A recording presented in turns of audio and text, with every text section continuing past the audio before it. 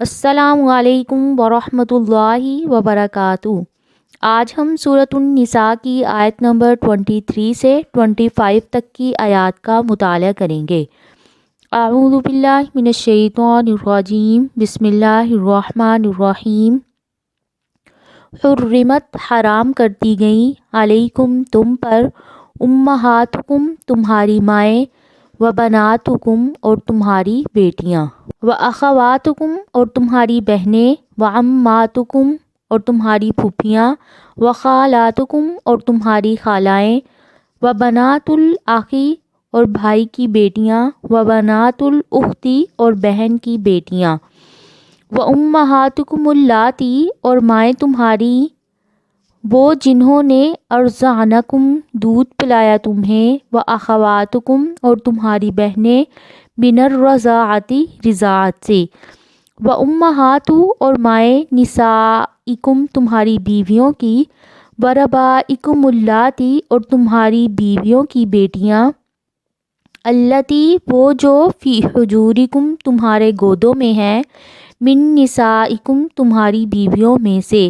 اللاتی وہ جو دخلتم دخول کیا تم نے، بہن ان سے، فإن پس اگر لم تکن نہ تم ہو دخلتم دخول کر چکے، بہن ان سے، فلا جناح پس نہیں ہے کوئی گناہ، علیکم تم پر، وحلائل اور بیویاں، ابنائکم تمہاری بیٹوں کی، الذین وہ جو من اصلابکم تمہاری پشتوں سے ہیں، وان یہ کہ تجمعوا تم جمع کرو، بین الاختین دو بہنوں کے درمیان، الا مگر ما جو قد تحقیق سالفا گزر چکا ہے، ان اللہ بے شک اللہ تعالی کان ہے، غفوراً بخشنے والے، رحیماً نہایت رحم کرنے والے۔ اس آیت میں اللہ تعالیٰ نے جن عورتوں سے نکاح کو حرام قرار دیا ہے اس کی تفصیل بیان کی ہے۔ جن عورتوں سے نکاح کو حرام کیا گیا ہے اس کی 3 قسمیں ہیں۔ پہلی قسم وہ ہے جس سے نسب اور نسل کی وجہ سے نکاح حرام ہو جاتا ہے، اور دوسری قسم وہ ہے جس کے ساتھ رضاعت کا رشتہ ہو، اور تیسری قسم وہ ہے جس کے ساتھ نکاح کا رشتہ کرنے کی وجہ سے نکاح کو حرام کیا گیا ہے، اس کو عربی میں مصاہرت کہتے ہیں۔ اس سے پچھلی آیت میں اللہ تعالیٰ نے بیان کیا تھا کہ باپ کی منکوحہ سے نکاح حرام ہے۔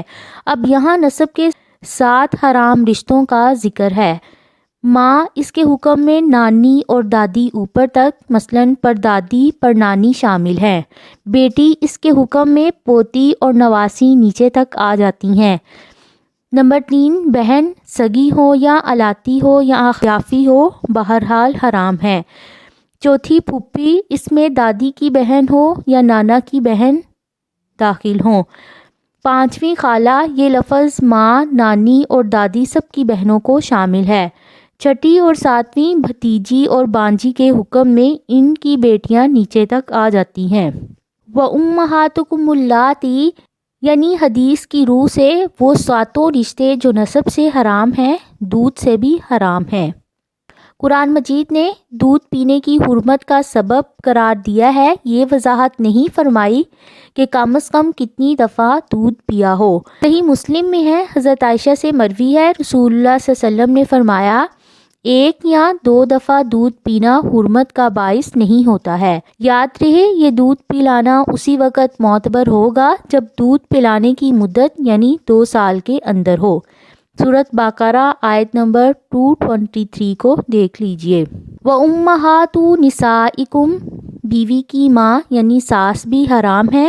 وَرَبَائِكُمُ اللَّاتِي فِي حُجُورِكُمْ یعنی بیوی کی دوسرے خاوند سے جو لڑکی ہوگی وہ بھی حرام ہے۔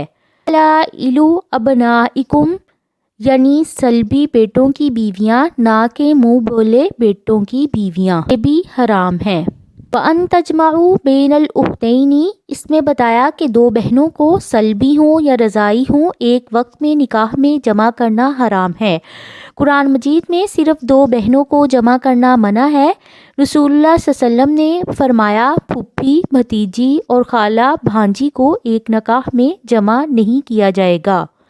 والمحصنات اور جو شادی شدہ ہیں من النسائی عورتوں میں سے الا مگر ما ملکت جن کے مالک ہوئے ایمانکم تمہارے دائیں ہاتھ کتاب اللہ لکھا ہوا ہے اللہ تعالیٰ کا علیکم تم پر وأحل اور حلال کیا گیا ہے لکم تمہارے لیے ما جو وراء علاوہ ہے ذالکم ان کے ان یہ کہ تبتغوا تم تلاش کرو باموالکم اپنے مالوں کے ساتھ محسنین نکاح میں لانے والے ہو غیر مسافحین نہ کہ بدکاری کرنے والے ہو فمستمتعتم پس جو فائدہ اٹھایا تم نے بہنا ان کے ساتھ منہن ان سے فآتوہن پس تم دے دو انہیں اجورہن ان کے مہر فریضتاً مقرر کیے ہوئے ولا جناح اور نہیں ہے کوئی گناہ علیکم تم پر فیما اس بارے میں جو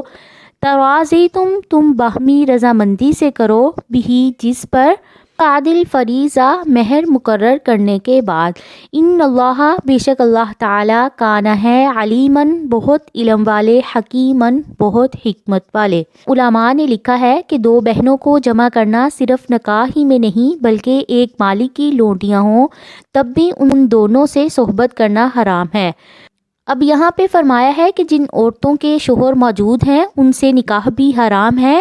ہاں جنگ کی صورت میں جو عورتیں قیدی بن کر آئیں تو اموال غنیمت کی تقسیم کے بعد جن کے حصے میں آئیں گی ان کے لیے استبراء کے بعد وہ ان کے لیے جائز ہو جائیں گی۔ استبراء کسے کہتے ہیں؟ استبراء یہ ہے کہ وہ عورت ایک حیض سے پاک ہو جائے یا اگر حاملہ ہے تو وضع حمل ہو جائے۔ ابو سعید خدری رضی اللہ تعالیٰ عنہ سے روایت ہے رسول اللہ صلی اللہ علیہ وسلم نے حنین کے دن اوتاس کی طرف ایک لشکر روانہ فرمایا۔ ان کا مقابلہ دشمن سے ہوا تو انہوں نے مقابلہ کیا اور فتح پائی۔ بہت سے قیدی ان کے ہاتھ میں آ گئے۔ تقسیم کے بعد جو لونڈیاں حصے میں آئی تھیں صحابہ کرام نے ان قیدی عورتوں سے صحبت کرنا گناہ سمجھا تھا، اس لیے ان کے مشرک شوہر موجود تھے۔ اللہ تعالیٰ نے اس پر یہ آیت نازل فرمائی وَأُحِلَّ لَكُم مَا وَرَاءَ ذَلِكُم۔ رسول اللہ صلی اللہ علیہ وسلم نے اس آیت سے پہلے بتایا تھا کہ کسی عورت کے ساتھ اس کی خالہ یا پھوپھی کو بیک وقت نکاح میں رکھنے سے منع فرمایا تھا۔ ایسی ہی چند اور صورتیں ہیں، مثلاً 4 سے زائد عورتوں کو بیک وقت نکاح میں رکھنا یا نکاح متع کرنا یا حلالہ کرنا یا بنت رسول اور بنت عدو اللہ کو ایک نکاح میں جمع کرنا، یہ سب چیزیں جائز نہیں ہیں۔ ان تبتغوا باموالکم 4 شرطوں کے ساتھ یہ تمہارے اوپر حلال ہے۔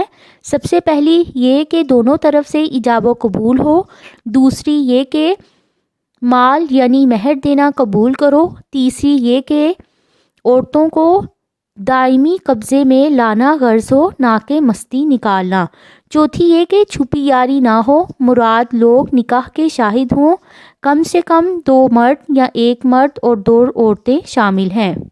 فَمَسْتَمْتَعْتُمْ بِهِ یعنی نکاح کے بعد جن عورتوں سے فائدہ اٹھا لو ان کے مہر ان کے حوالے کر دو۔ جناح یعنی اگر خاوند اور بیوی باہمی رضامندی سے طے شدہ مہر میں کمی بیشی کریں گے تو کچھ بھی حرج نہیں ہے۔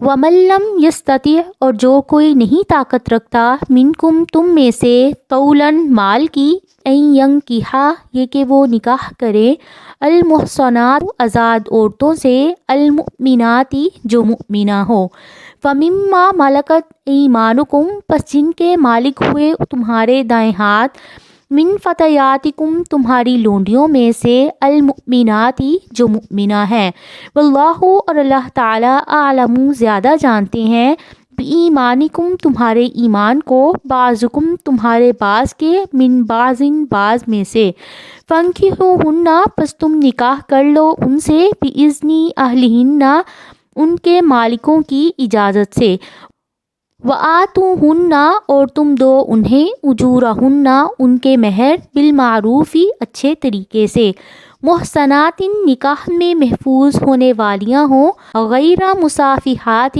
نہ بدکاری کرنے والیاں ہوں ولا متخذات اور نہ بنانے والیاں ہوں اخدان چھپے دوست فَإِذَا أُحْصِنَّ پس جب وہ نکاح میں لائی جائیں فَإِنْ أَتَيْنَا پس اگر وہ آئیں بِفَاحِشَةٍ کسی بے حیائی کو فَعَلَيْهِنَّ پس ان پر ہے نصف آدھی ما وہ جو علی المحصناتی پاک دامن عورتوں پر ہے من العذابی سزا میں سے ذالک یہ لمن اس کے لیے ہے خاشیہ جو ڈرے اللعنۃ گناہ سے تم میں سے وَأَن تَصْبِرُوا اور یہ کہ تم صبر کرو خیرٌ بہتر ہے لکم تمہارے لیے واللہ اور اللہ تعالی غفور بخشنے والے ہیں رحیم نہایت رحم کرنے والے ہیں۔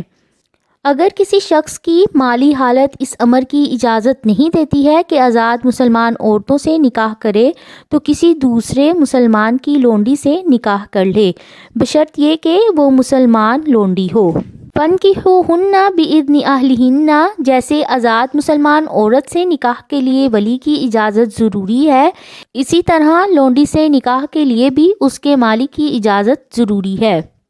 نصف ما علی المحصنات سے مخصوص محصنات یعنی کمواری آزاد عورتیں مراد ہے کیونکہ ان کی سزا 100 کوڑے ہے جس کا نصف ہو سکتا ہے۔